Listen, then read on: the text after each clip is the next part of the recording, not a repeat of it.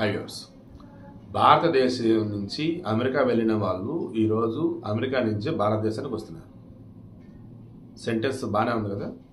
ఇప్పుడు భారతదేశం నుంచి అమెరికాకు అక్రమంగా వెళ్ళి అక్కడ ఉంటున్న వారిని ట్రంప్ భారతదేశం తరలించాడు. ఇది కూడా బాగానే ఉంది కదా. అయితే భారతీయులు ఎవరైతే అమెరికాలో ఉన్నారో, అక్రమంగా ఉన్నారో, చొరబడ్డారో వారిని గొలుసులు కట్టి ఇండియాకి యుద్ధ విమానంలో పంపించే ట్రంప్ ఇంత అవమానం ఏంటి? అదేంటి ట్రంప్ మోడీ ఇద్దరు ఫ్రెండ్స్ అంటారంటూ కాంగ్రెస్ రమైన వాళ్ళు నానా హడావుడి చేశారు. తీరా క్రాస్ చెక్ చేస్తే పంజాబ్లో నేను అమృత్సర్కి ఒక ఫ్లైట్ వచ్చింది, యుద్ధ విమానం. ఏంటని క్రాస్ చెక్ చేస్తే అందులో ఉన్నోళ్ళు కొంతమంది బయటకు వచ్చాక మాకు అమెరికా నుంచి ఇండియా వచ్చేందుకు వరకు మధ్యలో వచ్చేసి ఐ థింక్ యూరోప్లో ఏదో కంట్రీలో ఫ్యూయల్ నింపుకున్నారు.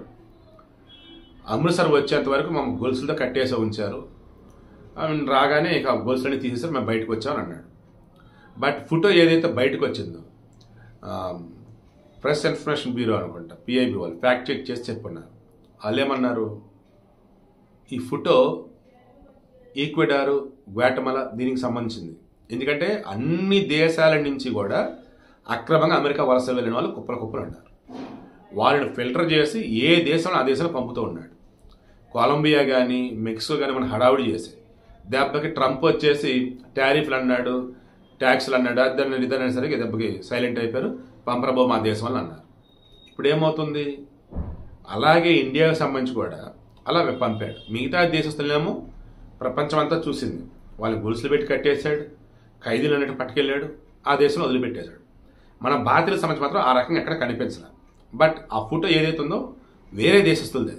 అది ఈ కానుసలు షేర్ చేయడం అంటే మన దేశాన్ని, మన భారతీయులను అవమానించడమే. వీళ్ళకి అలవాటే.